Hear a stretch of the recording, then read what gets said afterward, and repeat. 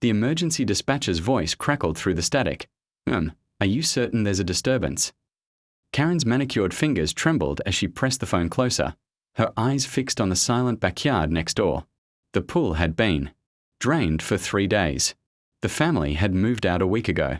But she could still hear them, the laughter, the splashing, the music that drove her to the breaking point. What she discovered in that empty house would shatter everything she thought she knew about her perfect neighborhood and herself. Karen Whitmore stood at her kitchen window, her perfectly manicured nails drumming against the granite countertop. With the precision of a metronome, the sound echoed through her spotless home, white cabinets, white walls, white everything, creating a rhythm that matched her mounting irritation. Outside, the Henderson house sat in afternoon shadows, its windows dark and vacant, yet the noise persisted. Splash, laughter, the unmistakable thump of pool music. "This is absolutely unacceptable," she muttered, reaching for her phone with the practiced efficiency of someone who had made this call many times before. The device felt warm in her palm, almost eager. Her reflection in the black screen showed a woman in her early 40s, blonde hair pulled back in a flawless bun, not a strand out of place despite the chaos raging in her mind. The emergency line picked up on the second ring. 911, what's your emergency? "This is Karen Whitmore at 1247 Maple Grove Lane," she began, her voice carrying the authority of someone accustomed to being heard. "I need to report a noise violation and disturbing the peace. My neighbors are having another one of their pool parties, and the music is absolutely deafening. This has been going on for hours." A pause. Karen could hear typing in the background. Can you describe the nature of the disturbance?" Karen's eyes narrowed as she peered through her pristine white curtains. The Henderson backyard looked different somehow. Too still, too quiet for the chaos she could clearly hear. But sounds could be deceiving. The fence blocked most of her view, but she knew what was happening back there. Loud music, screaming, children, people jumping in and out of the pool. It's a residential neighborhood, not a public recreation center. There are noise ordinances for a reason. Her voice rose with each word, years of accumulated frustration bleeding through her carefully. Maintained composure. "I understand your concern, Mrs. Whitmore. Have you spoken to your neighbors about this issue?" The question hit Karen like a slap. Spoken to them? She had done far more than speak. She had filed formal complaints with the Homeowners Association. She had documented every infraction with timestamps and photographs. She had left polite but firm notes in their mailbox. The Hendersons had ignored every attempt at civilized resolution. "I've tried everything," Karen said, her voice taking on the martyred tone she had perfected over months of similar calls. "They simply don't care about anyone else in this neighborhood. They act like they own the entire street." "I'm going to send an officer to investigate. Can you stay on the line while I dispatch someone?" Karen felt a familiar surge of satisfaction. Finally, someone was taking her seriously. She had been keeping meticulous records of every disturbance, every violation of neighborhood tranquility. Her evidence was bulletproof. "Of course. I'll be right here." Through the window, she watched the Henderson house with the intensity of a sentinel. The two-story colonial had been the bane of her existence since the family moved in 18 months ago. Miguel and Rosa Henderson, with their 3 children and their extended family who seemed to visit every weekend. Their above-ground pool dominated the backyard, a blue eyesore that had shattered the aesthetic harmony of Maple Grove Lane. Karen had tried to maintain her composure when they first installed it. She had even brought them a welcome basket, homemade, cookies and a politely worded copy of the neighborhood guidelines. They had thanked her with warm smiles and broken English, but nothing had changed. If anything, the parties had gotten louder. "Mrs. Whitmore, are you still there?" "Yes, I'm here." Karen pressed the phone closer to her ear, straining to hear over what sounded like children cannonballing into the pool. How could the dispatcher not hear it? The windows were closed, but the noise was penetrating every corner of her sanctuary. The officer should be there in about 10 minutes. Is the disturbance still ongoing? Karen's laugh was sharp and bitter. "Oh yes, it's still going on. If anything, it's getting worse. They must have invited half the neighborhood." She moved. From the kitchen to her living room, her heels clicking against the hardwood floors with military precision.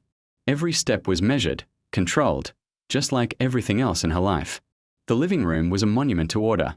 White leather furniture arranged at perfect angles, coffee table books positioned with mathematical precision, not a single item out of place. From this angle, she had a better view of the Henderson driveway. It was empty. Karen paused, her confidence flickering for just a moment. Where were all the cars? Pool parties meant guests, and guests meant vehicles cluttering the street. But Maple Grove Lane stretched out before her in pristine suburban silence, each driveway containing only the residents' usual cars. That's strange, she murmured. Excuse me, Nothing. I was just. The party seems to have moved inside, but I can still hear the pool noise. Even as she said it, Karen knew something was wrong. The sound was all wrong, too consistent, too repetitive. Real pool parties had natural rhythms, peaks, and valleys of activity. This was like a recording stuck on loop.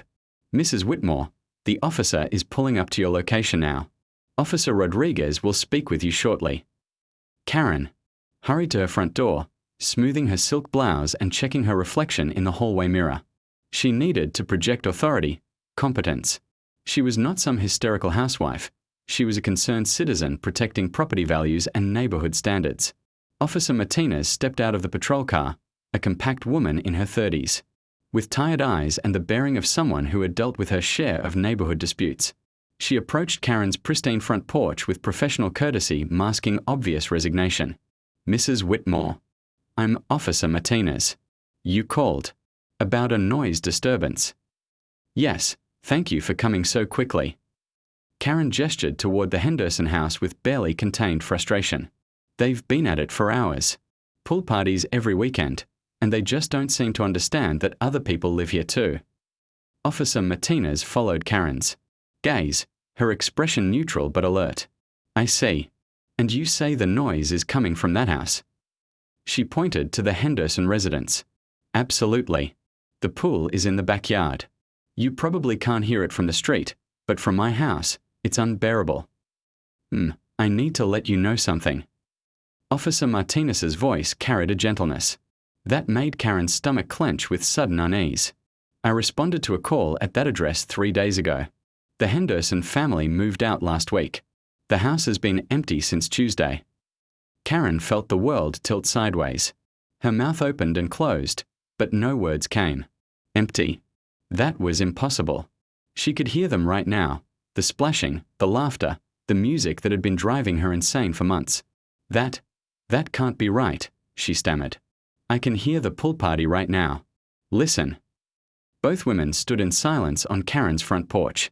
The only sounds were distant traffic and the whisper of wind through the maple trees that gave the street its name. Officer Martinez's expression grew concerned. I don't hear anything. Karen's heart began to race. She could hear it so clearly. Children's voices, the splash of water, music with a Latin beat. How could the officer not hear it? How could anyone not hear it? Come with me, Karen said, her voice rising to near panic. Come to my backyard. You'll hear it from there. Officer Martinez hesitated, then nodded.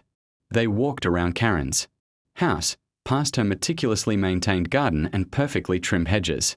Karen's backyard was a masterpiece of suburban order, every blade of grass the same height, every flower bed precisely edged, every garden tool stored in its designated place.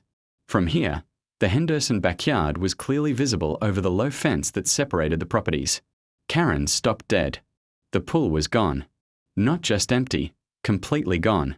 Where the blue above-ground pool had dominated the yard for 18 months, there was now only a brown patch of dead grass and scattered leaves. The deck chairs had vanished. The colorful umbrellas were nowhere to be seen. Even the children's toys that had littered the area were completely absent. But Karen could still hear them. The phantom sounds were louder here, more distinct. Children calling out in Spanish and English, the rhythmic splash of someone doing laps, the distant thump of music that seemed to come from everywhere and nowhere at once. Mrs. Whitmore. Officer Martinez's voice seemed to come from very far away. Are you all right? Karen's legs felt weak. She gripped the fence for support, her knuckles white against the wood. The logical part of her mind, the part that had organized every aspect of her life with military precision, was screaming that this was impossible. Pools didn't just disappear. Families didn't vanish without her noticing. But a deeper part of her, a part she had tried to bury under layers of control and righteous indignation, recognized the truth that was. Janet Morrison arrived at 1247 Maple Grove Lane 43 minutes after Officer Martinez's call, her Honda Civic looking distinctly out of place among the luxury sedans and manicured lawns. She hadn't spoken to her sister Karen in 6 months, not since their mother's birthday would have been, when Karen had called to complain about the restaurant Janet had chosen for their memorial dinner. The patrol car was still parked outside, its presence drawing curious glances from neighbors who rarely saw anything more exciting than a misdelivered package. Janet hurried up the pristine walkway, her nurse's training already cataloging details. No newspapers piling up, lawn perfectly maintained, curtains drawn tight against the world. Officer Martinez met her at the door, her expression professionally neutral but tinged with concern. "Ms. Morrison? Thank you for coming so quickly. How bad is it?" Janet asked, pulling her cardigan tighter around her shoulders. She had left work early, driven 90 minutes through traffic, and spent the entire drive imagining worst-case scenarios. Karen having a breakdown wasn't entirely surprising. Their family had a history of mental health struggles that ran deeper than anyone liked to acknowledge. She's confused, disoriented. She's been reporting disturbances from neighbors who moved out a week ago. The landlord confirmed the house has been empty since last Tuesday. Janet closed her eyes. She had seen this before in her patients, the gradual disconnect from reality, the inability to distinguish between memory and current experience. But Karen who organized her spice rack alphabetically and planned her grocery trips with military precision? Where is she now? Backyard. She won't come inside. She keeps saying she needs to document the noise levels for her formal complaint. They walk through Karen's house, and Janet felt the familiar chill of her sister's sterile perfection. Everything was exactly as she remembered from her last visit. White walls, white furniture, white silence. It was like stepping into a museum exhibit titled Suburban Isolation. Through the sliding glass door, Janet could see Karen sitting, motionless in a patio chair, staring at the fence that separated her property from the vacant Henderson house. She held a yellow legal pad in her lap and a pen poised over the paper, but she hadn't written anything. Her usually perfect posture had collapsed inward, making her look smaller, more fragile than Janet had ever seen her. Karen. Janet stepped onto the patio, her voice gentle. "It's me. It's Janet." Karen's head turned slowly, as if she was surfacing from deep water. Her eyes, the same pale blue as their mother's, struggled to focus. "Janet, what are you doing here?" Officer Martinez called.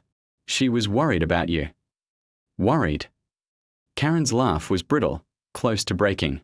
"There's nothing to worry about. I'm simply documenting the noise violations. The Homeowners Association requires detailed records for formal complaints." Janet pulled another patio chair closer and sat down, noting how Karen flinched at the scraping sound. Her sister's hands were trembling slightly, and there were dark circles under her eyes that hadn't been there the last time they'd met. "Karen, when did you last eat something?" The question seemed to confuse her. "Eat? I had coffee this morning. I think. The noise makes it hard to concentrate on meals." "What noise, honey?" Karen gestured impatiently toward the Henderson yard. "The pool party. They've been at it since noon. Maybe earlier. Listen." Janet listened. She heard distant traffic, a dog barking 3 blocks away, the hum of air conditioning units. But no pool sounds, no party noise, no music. "I don't hear anything, Karen." "Of course you don't." Karen's voice took on the patient tone of someone explaining something obvious to a child. "You're sitting in the wrong position. The acoustics are different. Move to my chair." Janet obliged, settling into Karen's usual spot. The view was perfect. She could see directly into the Henderson backyard over the low fence. The grass was brown and patchy where the pool had been, scattered with autumn leaves that no one had bothered to rake. A child's forgotten beach ball sat deflated against the back door, forgotten in the hasty exodus. "Do you hear it now?" Karen asked eagerly. Janet felt her heart break a little. "No, sweetheart. I don't hear anything." Karen's face crumpled. For a moment, She looked exactly like she had as a 7-year-old when their father left, when the world had first proven itself capable of betraying her trust in its fundamental order. "But I can hear them," she whispered. Marco Polo. The little girl always wins because she cheats. She opens her eyes underwater. And Mrs. Henderson plays that salsa music while she cooks on the grill. Miguel laughs so loud when he does cannonballs.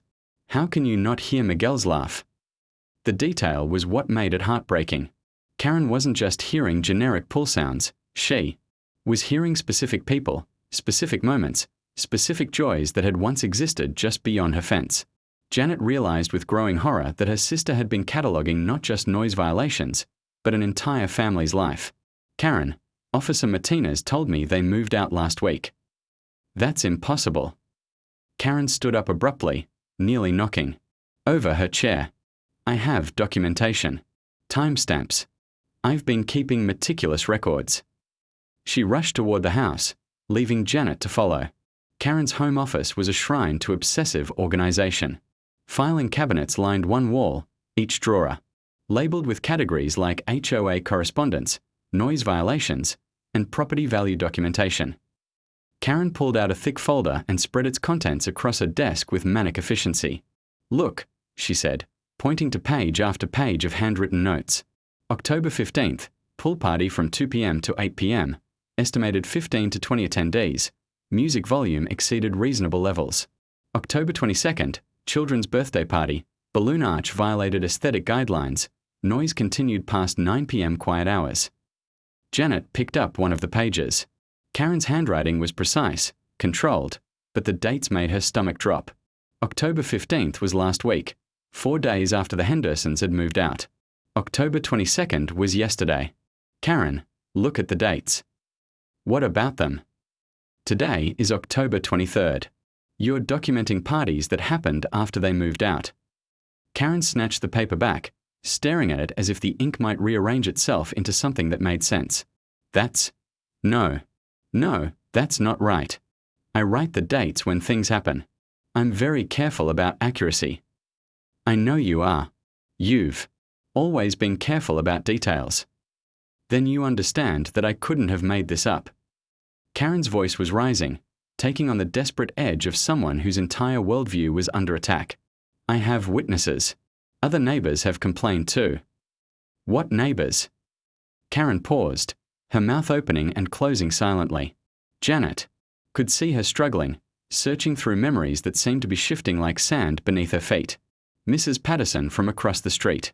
She mentioned the noise just last week. "Karen, Mrs. Patterson moved to assisted living in June. Remember, you complained that her son didn't maintain the lawn properly during the estate sale." The silence stretched between them, filled only by the gentle hum of Karen's computer and the distant sound of normal suburban life that Karen seemed increasingly unable to hear or recognize. Karen sat down heavily in her desk chair. "I remember talking to her. We discussed the property values. She was concerned about the noise too." "When did you talk to her?" "Last week." "No, maybe. It might have been." Karen's voice trailed off as the impossibility of it hit her. Mrs. Patterson had been gone for months. Karen had attended her moving sale, had watched the elderly woman say goodbye to the house where she'd lived for 30 years. Janet knelt beside her sister's chair, taking Karen's cold hands in her own. "Honey, I think you're having some kind of episode. The stress, maybe loneliness. I'm not lonely." Karen pulled her hands away sharply. "I have a perfectly full life. I have routines, responsibilities.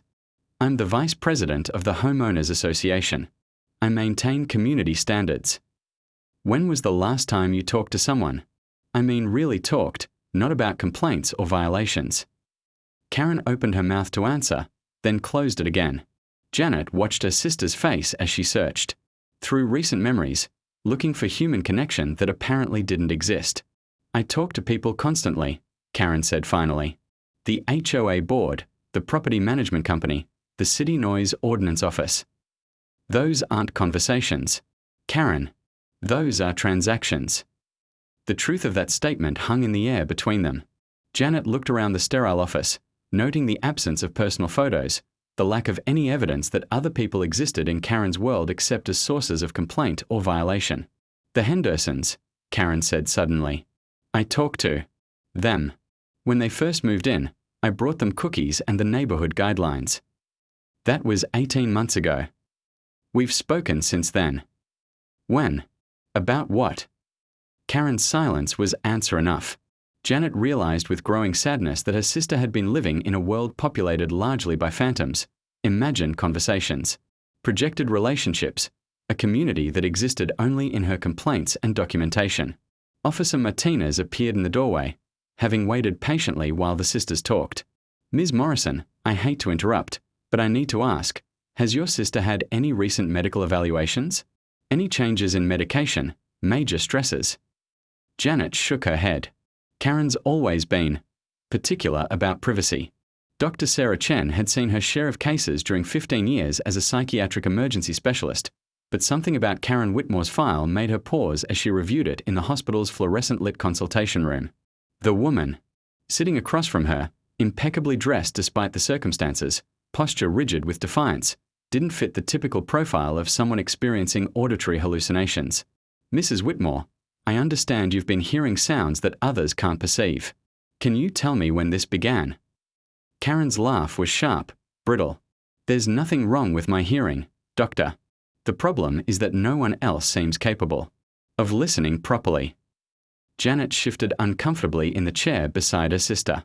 The emergency room evaluation had been a nightmare, Karen insisting she was fine while phantom pull sounds apparently tortured her throughout the entire process. She had asked the nurses repeatedly to close the windows, to block out the noise from the construction happening outside. There was no construction. I've reviewed the police report, Dr. Chen continued, her voice gentle but probing. You called 911 about a disturbance at a house that's been vacant for over a week. That must have been confusing for you. The timing is irrelevant, Karen said, but her voice lacked its earlier conviction. Sound carries. They could have been having parties at another location. The acoustics in suburban neighborhoods are more complex than people realize. Dr. Chen made note. Tell me about your relationship with the Henderson family. The question hit Karen like a physical blow. She had spent so many months focused on their violations, their disruptions, their complete disregard for neighborhood standards. But relationship? That implied interaction, communication, some form of mutual acknowledgement. They were neighbors, Karen said finally. Problematic neighbors. Did you ever speak with them directly? Karen's mind raced through 18 months of accumulated grievances. The welcome basket, that counted as speaking. The notes she had left explaining proper noise ordinances. The formal complaint she had filed with the HOA that surely they had been informed about. I attempted to establish proper boundaries, she said. They were unresponsive to reasonable community standards. But did you have conversations? Did they respond to your concerns? The silence stretched uncomfortably. Janet watched her sister's face, seeing the moment when Karen realized she couldn't actually remember a single direct interaction with the family she had been waging war against. For over a year. They. Karen's voice was barely a whisper. They said thank you. For the cookies. Rosa, Mrs. Henderson, she said thank you in English, and then something in Spanish to her husband. That was 18 months ago, Dr. Chen observed. Any communication since then? Karen stared at her hands, perfectly manicured nails that now seemed like armor against a world that was proving far more complicated than she had ever allowed herself to acknowledge. I left notes. I documented violations. I filed proper complaints through appropriate channels. But no face-to-face conversations. Face-to-face conversations were unnecessary. The violations were self-evident. Dr. Chen leaned forward slightly. Tell me about the sounds you're hearing right now. Karen's entire body tensed. The phantom pool party had followed her to the hospital, growing louder and more insistent with each passing hour. Marco Polo echoed through her consciousness.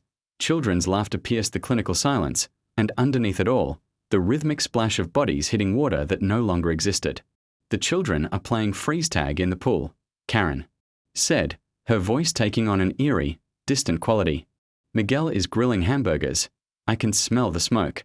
Rosa is calling everyone for dinner, but they don't want to get out of the water yet. Janet felt tears prick her eyes. The detail was extraordinary, intimate. Karen wasn't just hearing random pull sounds. She was experiencing an entire family's life, complete with personalities, preferences, and daily rhythms. How do you know their names? Dr. Chen asked. If you never spoke with them after that first meeting. The question hung in the air like a challenge. Karen's mouth opened and closed, but no words came. How did she know that Miguel always grilled on Sunday afternoons? How did she know that Rosa sang while she cooked? How did she know that the youngest Henderson child was afraid of putting her head underwater? Karen's voice cracked. I observed. I was documenting violations. I had to know the patterns to file proper complaints. You were watching them, Dr. Chen said, not accusingly, but with gentle understanding. Tell me about that. Karen's perfect composure finally began to crack. It wasn't watching. It was monitoring. 4 violations. They were so loud, so chaotic, but they were also. She stopped herself, unable to voice what she had seen from her kitchen window during those endless months of observation. They were. Also what, Mrs. Whitmore? Happy, Karen whispered, the word falling from her lips like a confession. They were happy, and I couldn't understand how anyone could be that happy when they were disrupting everything. The admission hung between them, heavy with implications that Karen was only beginning to grasp. Dr. Chen made another note, recognizing the breakthrough moment when a patient finally began to see their situation from outside their own defensive walls. Tell me about your daily routine, Dr. Chen said. What does a typical day look like for you? Karen straightened, grateful for familiar ground. I wake at 6 a.m. Coffee and the news. I review my schedule and priorities for the day. I maintain my home and property according to proper standards.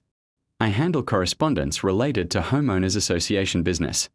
I monitor the neighborhood for violations and document them appropriately. I prepare and consume meals at regular intervals. I maintain personal hygiene and appearance standards. I retire at 10 p.m. after reviewing the day's accomplishments. The recitation was delivered with mechanical precision, but Dr. Chen noted what was missing from it entirely: other people, social interaction, spontaneity, joy. When do you see friends? Family. I communicate with relevant parties as necessary. For community maintenance. That's not what I asked. Karen's facade wavered again. I don't. Friendships are complicated. People are unreliable. They make promises they don't keep. They create chaos. They leave. Janet reached for her sister's hand, but Karen pulled away instinctively. The gesture was so automatic that it clearly represented years of practiced isolation. Karen, Janet said softly, when did you stop letting people in? The question hit like a physical blow. In her mind, Karen could still hear the Henderson family's phantom pool party, but now it was accompanied by other sounds, other memories. Her mother's voice calling her selfish when she refused to attend another family gathering full of people who didn't understand her need for order. Her ex-husband's frustrated sighs when she reorganized his belongings for the 3rd time in a week. Her former friend's polite excuses when she criticized their housekeeping or pointed out their children's behavioral problems. I didn't stop letting people in, Karen said, but her voice lacked conviction. I simply maintained appropriate boundaries. Tell me about your marriage, Dr. Chen said. Karen's hands clenched into fists. Robert was. He was chaotic, disorganized. He left dishes in the sink, books scattered everywhere, papers piled on every surface. He said I was too controlling, but someone had to maintain standards. Someone had to care about doing things properly. When did he leave? 3 years ago. The words were barely audible. He said living with me was like living in a museum where he was afraid to touch anything. How did that make you feel? Karen stared at the hospital room's bland walls, seeing herself clearly for perhaps the first time in years. Robert hadn't left because she maintained standards. He had left because she had chosen order over connection, control over love. Empty, she admitted, but also relieved. It was easier without someone constantly disrupting my systems. Is that when you moved to Maple Grove Lane? Karen nodded. Fresh start. Perfect neighborhood. Everything exactly the way it should be. until the Hendersons moved in. The phantom sounds in Karen's head grew louder, as if responding to the mention of their name. But now she could hear something else beneath the pool party chaos: silence. The profound, crushing silence of her own life before they arrived. They ruined everything, Karen said, but the words felt hollow. Their noise, their chaos, their complete disregard for community standards. Or, Dr. Chen said gently, they reminded you of what you had chosen to give up. The observation hit Karen with devastating clarity. She had spent 18 months documenting the Henderson family's violations, but what she had really been documenting was life itself. Messy, noisy, imperfect life happening just beyond her. Perfect white walls. She had filed complaint after complaint about their pool parties, but what she was really complaining about was their capacity for joy. I can still hear them, Karen said, her voice breaking. Even now, even knowing they're gone, I can still hear their children playing in water that isn't there. What do you think that means? Karen closed her eyes, and for a moment the phantom sounds grew quiet enough for her to hear something else, the deafening silence of her own existence. No friends calling to check on her. No family dropping by unexpectedly. No spontaneous laughter, no chaos, no life disrupting her perfect order. 3 weeks later, Karen stood in the driveway of 1249 Maple Grove Lane, the Henderson house, holding a manila folder thick with 18 months of meticulous documentation. The autumn air was crisp, carrying the scent of burning leaves and the distant sound of real children playing in a yard 2 blocks away. Real sounds that she was finally learning to distinguish from the phantom echoes in her mind. The moving truck was gone, replaced by a small sedan with New Mexico plates. The new tenants had arrived yesterday, and Karen had watched from her kitchen window as they carried boxes into the house. A young couple with a toddler who seemed fascinated by everything around him. She had felt the familiar surge of anxiety as they surveyed the backyard, pointing to the brown patch where the pool had been.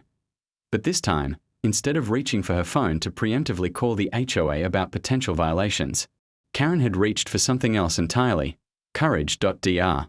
Chen's words echoed in her mind. Recovery isn't about silencing the sounds, Karen. It's about learning to hear them in context. The front door opened before she could knock. A woman in her early 30s appeared, wearing paint-splattered jeans and an oversized sweater, her dark hair pulled back in a messy ponytail. She looked tired but hopeful, the expression of someone starting over. "Hi," the woman said, offering a tentative smile. "Are you our neighbor?" "I'm Karen Whitmore. I live next door." Karen gestured toward her house, then looked down at the folder in her hands. "I wanted to. I need to tell you something about the people who lived here before you." The woman's expression shifted slightly, wariness creeping in. "Oh, okay. I'm Maria Santos, by the way." She glanced back into the house where the sound of a small child's laughter could be heard. "Is there some kind of problem we should know about?" Karen's throat felt tight. How did you explain that you had waged an 18-month war against a family who had never done anything wrong except exist loudly enough to penetrate your self-imposed isolation? "No," Karen said finally.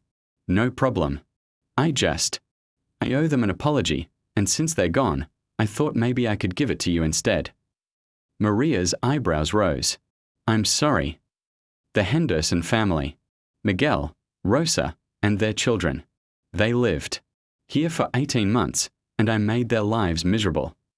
Karen opened the folder, revealing page after page of complaints, documented violations, and formal grievances. I called the police on them. I filed noise complaints. I wrote letters to the Homeowners Association. I turned their home into a battlefield, and they never even knew they were fighting a war. Maria stared at the documentation, then back at Karen's face. What did they do? "They were happy," Karen said, the words coming easier now after weeks of therapy sessions where she had practiced this conversation. They had pool parties. Their children played loudly. Rosa sang while she cooked. Miguel laughed when he did cannonballs. They lived like a family, and I couldn't stand it because it reminded me of everything I had given up. A small boy appeared, behind Maria, clinging to her leg and peering at Karen with curious eyes. He couldn't have been more than 3, with dark hair and his mother's warm brown eyes. Karen felt something twist in her chest, a recognition of innocence, of the possibility, for joy that she had spent so long trying to silence. "This is Diego," Maria said, smoothing her son's hair. "Diego, this is Mrs. Karen from next door." "Hi," Diego said shyly, then brightened. "Are you going to come to our pool party?" The question hit Karen like a physical blow. Maria winced, clearly embarrassed. "Diego, honey, we don't have a pool. Remember? We talked about this." "But there's a big circle in the grass," Diego insisted. "That's where pools go, right?" Karen knelt down to Diego's eye level, fighting back tears. In his innocent question, she heard the echo of everything she had tried to destroy: hope, excitement, the simple belief that good things were possible. "Yes," she said softly. "That's where pools go. And maybe someday, you'll have one there." Maria looked confused by the interaction, but something in Karen's expression seemed to reassure her. "Would you like to come in for coffee? I was just taking a break from unpacking, and Diego could use some social interaction." Karen hesitated. Her automatic response was to decline. Coffee meant conversation, and conversation meant the possibility of chaos, of losing control, of someone seeing behind her carefully maintained facade. But Dr. Chen's voice whispered in her mind, "The only way to heal isolation is to risk connection." "I'd like that," Karen said, surprising herself with how much she meant it. The inside of the house was a stark contrast to Karen's sterile home. Boxes were stacked everywhere, children's toys scattered across the floor, and the walls were marked with tape residue where the Hendersons' family photos had hung. But there was something alive about the chaos, evidence of people building a life together, creating something larger than the sum of their individual parts. "Excuse the mess," Maria said, clearing toys from a chair. "We are still figuring out where everything goes."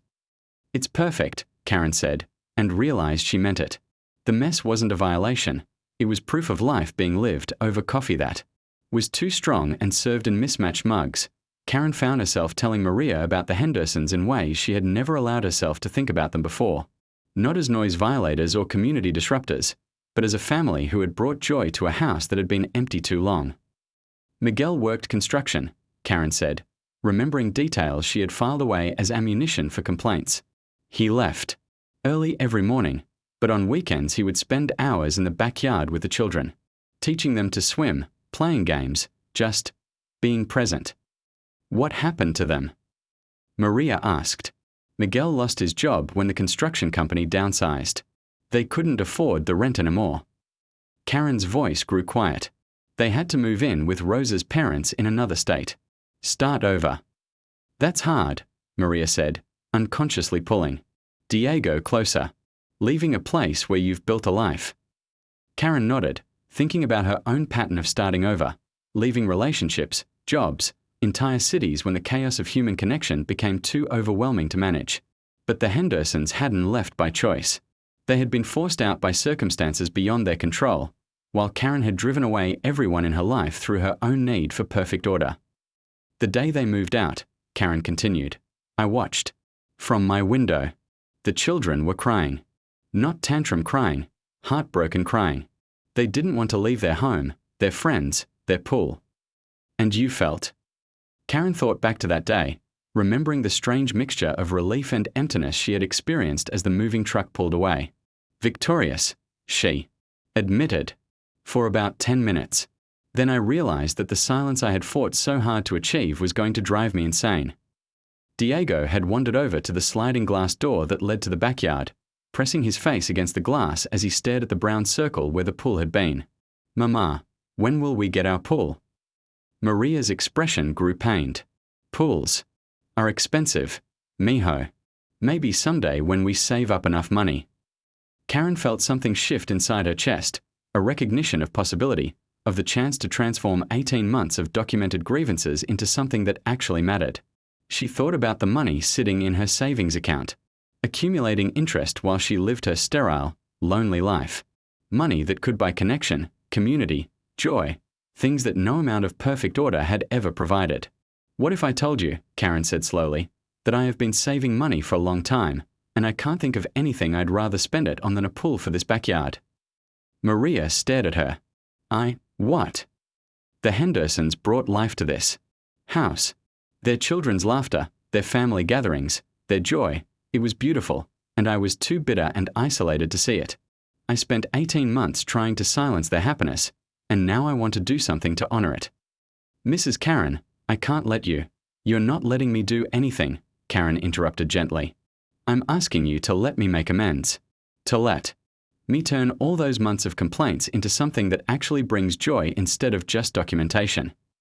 Diego pressed his hands against the glass, his breath fogging the surface. A real pool. With deep end and shallow end.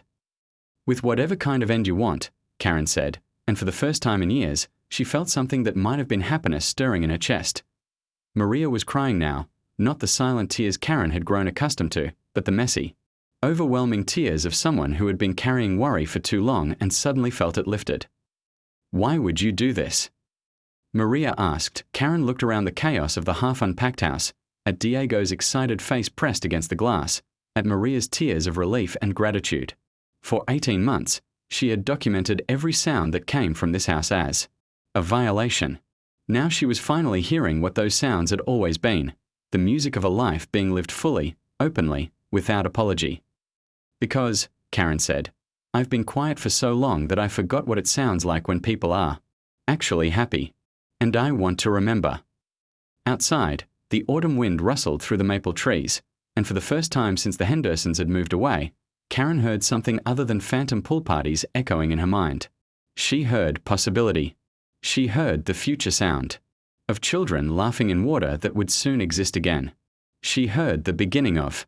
6 months later, Karen stood at her kitchen window watching Diego Santos cannonball into the crystal-clear water of the new pool, his shriek of delight piercing the Saturday morning air.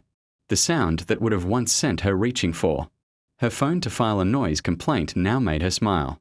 Real laughter, she had learned, was nothing like the phantom echoes that had haunted her for so long. More.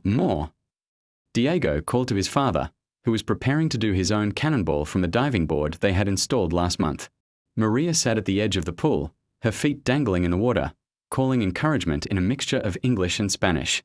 That reminded Karen achingly of Rosa Henderson's voice. The backyard had been transformed. Where once there had been only a brown patch of dead grass and scattered leaves, now there was a kidney-shaped pool surrounded by colourful deck chairs, flowering plants, and a small gazebo where Maria could work on her laptop while keeping an eye on Diego. It was everything the Henderson family's backyard had been, and more, a testament to joy reclaimed and life fully lived. Karen's doorbell rang, interrupting her morning ritual of coffee and pool watching. She found Janet on her front porch, holding a covered dish and wearing the slightly worried expression that had become her default since Karen's breakdown. Morning. Sunshine, Janet said, stepping inside without invitation, a habit Karen had gradually learned to appreciate rather than resent. I brought banana bread. The real kind, not your health food substitute. Thank you, Karen said, accepting the dish. Her sister's weekly visits had become one of the anchors of her new routine, along with her twice-weekly therapy sessions and the volunteer work she had started at the community center. They settled in the living room, which Karen had slowly been redecorating. The stark white walls now held framed photographs, not professional stock photos, but real pictures. Diego's first swim in the new pool. Maria's housewarming party. The Henderson family reunion photo that Rosa had sent Karen last month, showing the whole family gathered around a different pool in New Mexico, their smiles radiant with the resilience of people who had rebuilt their happiness despite hardship. How are the phantom sounds? Janet asked, cutting straight to the heart of things as she always did. Quieter, Karen said honestly. Dr. Chen says they might never go away completely, but they're different now, less urgent. Sometimes I think I hear the old pool party, but then I look outside and see the real one, and my brain remembers which century it's living in. Janet smiled. And how are things with the Santos family? Good. Really good. Karen paused, still amazed by the truth of that statement. Maria invited me to Diego's birthday party next weekend. A pool party, obviously. Are you going? I bought him a water gun that looks like a shark, Karen said, then laughed at her sister's expression of shocked delight. What? Dr. Chen says I need to practice embracing chaos in small doses. The sound of splashing and laughter from next door filled the comfortable silence between them. Karen had learned to hear the difference between the phantom sounds that had tormented her for months and the real sounds of life being lived just beyond her fence. The real sounds had texture, variation, authenticity. The phantom sounds had been like a broken record, playing the same loop of impossible joy over and over until it became torture. "Karen," Janet said carefully, "I got a call from Robert yesterday." Karen's ex-husband's name still had the power to make her chest tighten, but the panic that would have once accompanied it was absent. 6 months of therapy had taught her to examine her reactions instead of being controlled by them. What did he want? He heard about what you've been going through. Mutual friends, you know. He wanted to know if you were okay. Karen considered this. Robert had left because he couldn't live with her need to control everything, her inability to allow spontaneity or mess or the beautiful chaos of shared life. In many ways, his departure had been the beginning of the isolation that had nearly destroyed her. What did you tell him? That you're learning to live in the world instead of just monitoring it. The phrase hit Karen with unexpected power. She thought about the woman she had been 6 months ago, standing in her sterile White House, documenting violations and filing complaints against ghosts. That woman had been monitoring life, recording it, categorizing it, but never participating in it. "I might call him," Karen said, surprising herself. "Not to get back together, but to apologize. To tell him that I understand now why he had to leave." Janet reached over and squeezed her sister's hand. "I think that would be brave." A particularly loud splash from next door made them both look toward the window. Diego had apparently convinced his mother to join him in the pool, and Maria's laughter rang out as clear and joyful as church bells. Karen felt the familiar tightness in her chest that she was learning to recognize as envy, not the bitter, resentful envy that had once consumed her, but the wistful envy of someone who was finally ready to admit what she had been missing. "I want that," Karen said quietly. "A pool. Connection. Spontaneity. The willingness to get my hair wet for the sake of someone else's happiness." Janet studied her sister's face, noting the changes that 6 months of real therapy and genuine human contact had wrought. Karen looked softer somehow, less brittle. The rigid control that had once defined her every movement had relaxed into something that looked almost like peace. "You know," Janet said, "you could have that. Not exactly that, but your own version of it. I'm 43 years old. I've spent the last 3 years building walls so high that I forgot there was a world on the other side of them." So, Maria's 31 and starting over after her divorce. Diego's 3 and learning to swim. Everyone's building their life from wherever they are right now. Karen nodded, watching as Diego performed an elaborate belly flop that sent water cascading over the pool's edge. 6 months ago, she would have been calculating the water damage to the surrounding plants and considering whether excessive splash constituted a violation of community standards. Now she found herself laughing at his theatrical technique. Her phone buzzed with a text message. For a moment, the old anxiety flared. Phone calls and messages had once been either complaints to file or violations to document. But this was from Maria, "Pool party starting soon. Diego keeps asking if Mrs. Karen is coming over. Are you free?" Karen stared at the message, feeling the familiar tug-of-war between her instinct to retreat and her growing desire to connect. Dr. Chen had warned her that recovery would be full of these moments, opportunities to choose connection. Over control, messiness over sterility, life over the safety of isolation. "I have to go," Karen said, standing up abruptly. "What's wrong?" "Nothing's wrong. Everything's right, and that terrifies me, but I'm going anyway." Karen headed toward her bedroom, calling back over her shoulder, "I'm going to a pool party, and I need to find a bathing suit that hasn't been worn since 1995. Janet followed her, grinning. "Karen, do you even know how to swim?" Karen paused in her bedroom doorway, considering the question. "No," she admitted, "but I know how to learn." 20 minutes later, Karen stood at Maria's back gate wearing a conservative one-piece bathing suit covered by a beach wrap that she had bought online during a moment of optimistic panic. Diego spotted her first, his face lighting up with the uncomplicated joy that only children could manage. "Mrs. Karen, you came. Did you bring your shark gun?"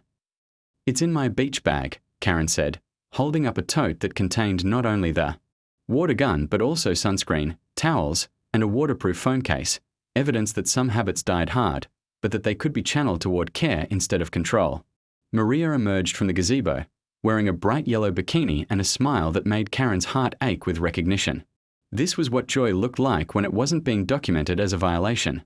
Natural, unguarded, infectious. I can't believe. You actually came, Maria said, pulling Karen into a spontaneous hug that would have once made her recoil. Diego's been talking about it all morning. I can't believe I came either, Karen admitted. But my therapist says I need to practice being uncomfortable. Well, you're about to get very practiced, Maria laughed. Diego's been perfecting his cannonball technique and is going to want to show you every variation. Karen looked at the pool, clear blue water reflecting the afternoon sky, pool toys scattered around the edges, evidence of life being lived joyfully and without apology. 6 months ago, this scene would have represented everything wrong with the world. Now, it looked like everything she had been missing. Mrs. Karen, Diego called from the shallow end. Will you come in the water with me? I can teach you how to do a perfect cannonball. Karen felt Janet's words echoing in her mind. Everyone's building their life from wherever they are right now. She was 43 years old, standing at the edge of a pool in a backyard where she had once filed noise complaints against phantom families. She didn't know how to swim, didn't know how to be spontaneous, didn't know how to allow herself to be vulnerable in front of people who might see her imperfections. But she knew how to learn. Okay, Karen said, dropping her beach wrap and walking toward the pool steps. But you have to promise to be patient with me. I'm a little out of practice. With cannonball.